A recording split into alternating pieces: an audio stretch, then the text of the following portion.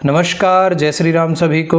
आज हम देखेंगे बैंक ऑफ इंडिया का एप्लीकेशन है उसको किस तरीके से यूज़ किया जाता है, किस तरीके से इंस्टॉल करते हैं, पूरा स्टेप बाय स्टेप प्रोसीजर देखेंगे और बने रहिए इस वीडियो में अंत तक, आपको बहुत ही काम की इन्फॉर्मेशन मिलने वाली है। तो शुरू करते हैं बिना देर किए।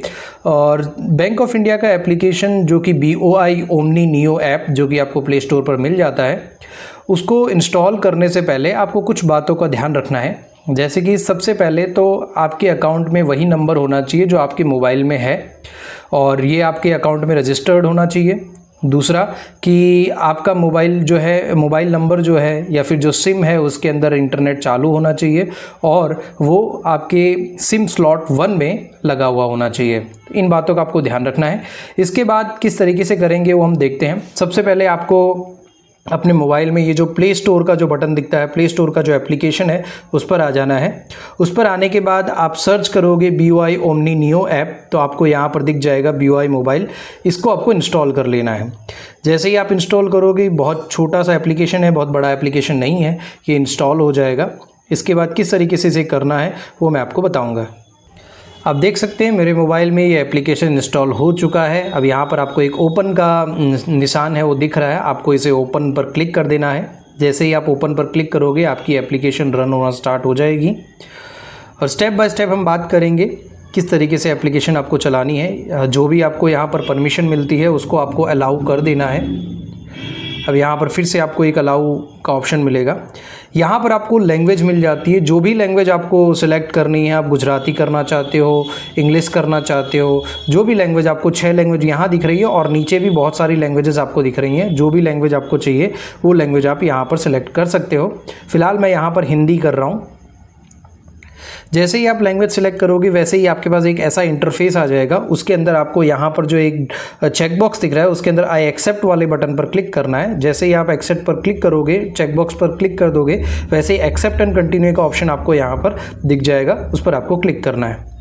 आप जैसे ही करोगे वैसे ही यहाँ पर ये आपके मोबाइल में एक मैसेज भेजेगा और वो मैसेज जो कि एक OTP होगा उसे आपको इसके अंदर इंसर्ट कर देना है। वो ऑटोमेटिक इंसर्ट होगा। OTP गया आपका और ये अलाउ करेंगे तो आपका ऑटोमेटिक OTP यहाँ पर आ जाएगा। फिर OTP सत्यापित करने के साथ आप इसे आगे कंटिन्यू कर सकते हैं। अब यहाँ पर आप देख सकते हैं आपको 2 ऑप्शन दिखते हैं।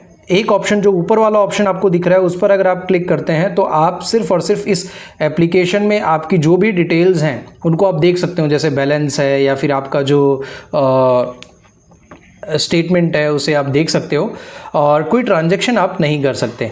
लेकिन अगर आपको ट्रांजैक्शन भी करना है तो यहाँ पर आपको डेबिट कार्ड जो है उसकी इन्फॉर्मेशन आपको डालनी पड़ेगी। जिस ATM नंबर है वो आपको लिखना है, उसका जो एक्सपायरी डेट है वो आपको लिखनी है और उसका पिन नंबर आपको दर्ज करना है।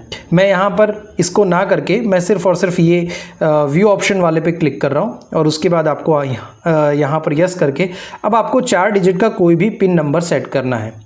अगर आपके पास पुराना पिन है, अगर आपने पहले से रजिस्टर किया हुआ है तो आपके पास एक पुराना MPIN होगा, आप उसके थ्रू भी लॉगिन कर सकते हो। अगर आपने नहीं किया है, पहले से कभी लॉगिन नहीं किया हुआ है, तो यहाँ पर आपको एक 4 डिजिट का पिन नंबर आपको सेट करना है, जिसे 2 बार यहाँ पर इंसर्ट कर देना है। मैंने पहले से इसे लॉगिन कर रखा था इसलिए मैं यहाँ पर पुराना पिन जो है वही मैं डाल रहा हूँ। आप नया अपना बना सकते हैं। अगर आप पुराना भूल गए तब भी आप नया बना सकते हैं। अब इसके बाद आप यहाँ पर आगे बढ़ने वाले ऑप्शन पर क्लिक करें, जिससे आपका जो MPIN है वो बन चुका है। अब आपको यहाँ पर वापस से लॉगिन करना है। ये टच ID आप अगर इनेबल करना चाहते हैं, मतलब आप अगर फिंगरप्रिंट से इसे लॉगिन करना चाहते हैं तो कर सकते हैं, अदरवाइज़ आप इसे कैंसिल भी कर सकते हैं। अब यहाँ पर कुछ इस तरह का इंटरफेस आपको देखने को मिलेगा जिसमें आप सभी को स्किप कर दें। अब यहाँ पर आपका ये एप्लीकेशन का जो सेटअप है वो कंप्लीट हो चुका है, आपको इसे लॉगिन करना है। तो यहाँ पर आप पिन नंबर डाल के जो भी, इसके बाद अगर सपोज़ करो आपको बैंक की कुछ सर्विसेज आपको जो चाहिए वो आपको यहाँ पर मिल जाती हैं, चेकबुक रिक्वेस्ट की या फिर PPS की जो सर्विसेज अगर आपको चाहिए तो ये चेक सर्विसेज में आप जा सकते हैं। वहाँ से आप PPS अगर आपको डालना है तो PPS आप यहाँ से डायरेक्टली डाल सकते हैं।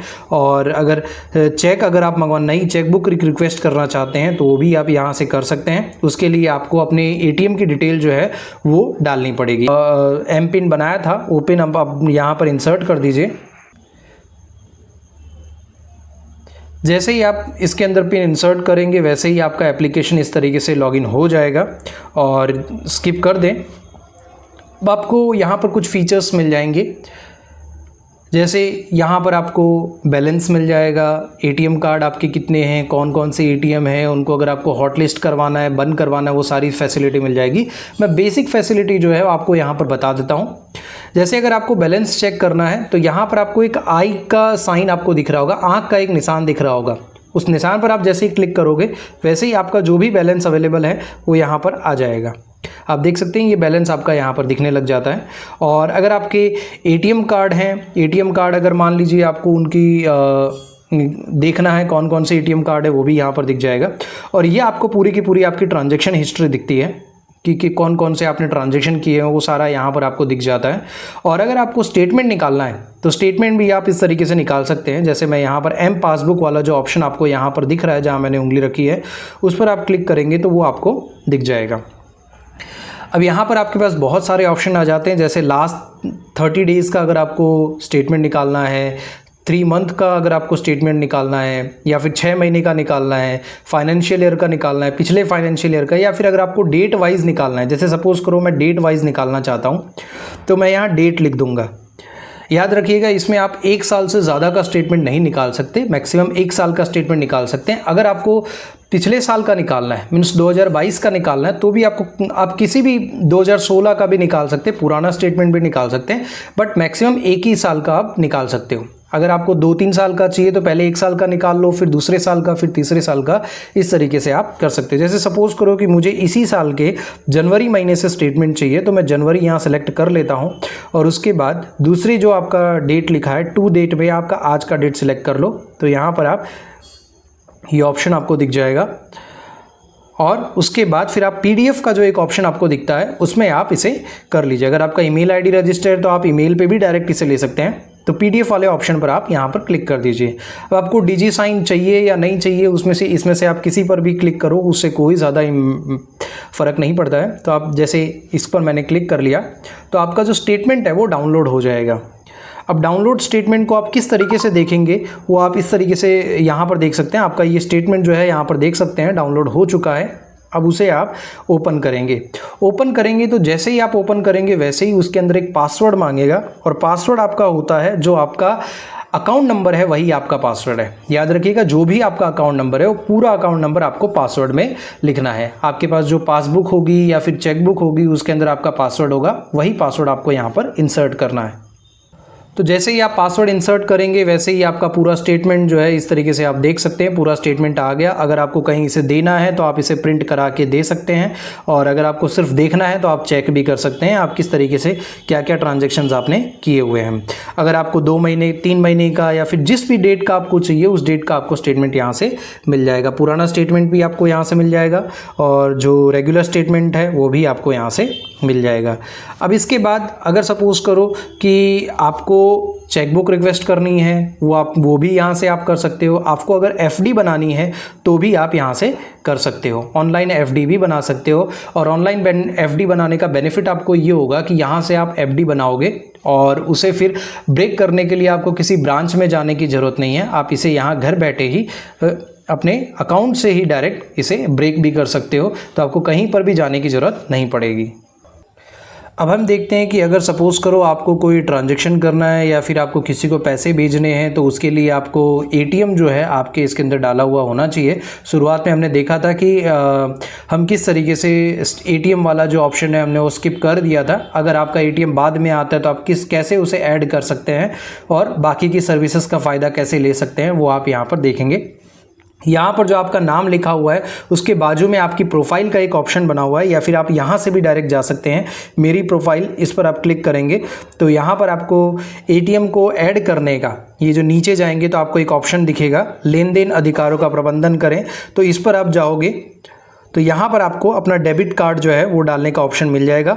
यहाँ पर आप डेबिट कार्ड की जो भी डिटेल्स हैं, एटीएम कार्ड की जो नंबर्स हैं और उसका जो एक्सपायरी डेट है वो अगर आप डाल देंगे, और पिन नंबर आपको याद होना चाहिए वो आप डाल देंगे, तो उसके बाद आप इसे कंप्लीट एक्टिवेट कर सकते हैं। किसी को अगर आपको ट्रांजैक्शन करना है, आपको किसी को पैसे भेजने हैं यहाँ से, वो भी आप कर सकते हैं। चेकबुक की रिक्वेस्ट है वो भी आप यहाँ से कर सकते हैं। एफडी बनाना है वो भी आप यहाँ से कर सकते हैं। इसके लिए आपका एटीएम कार्ड इसके अंदर लॉगिन होना चाहिए।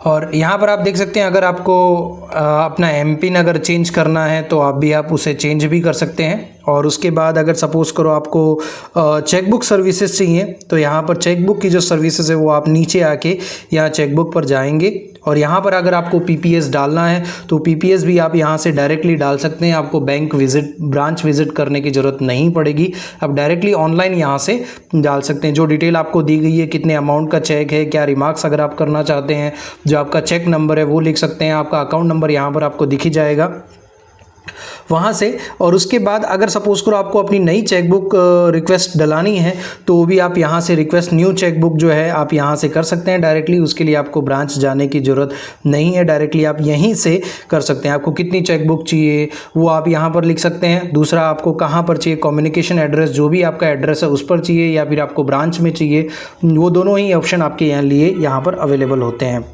इसके साथ बहुत सारी और सर्विसेज आपको यहाँ पर मिल जाती हैं।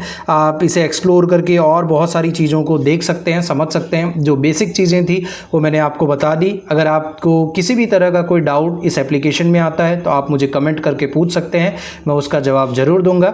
आज के लिए इतना ही। जय श्री राम सभी को।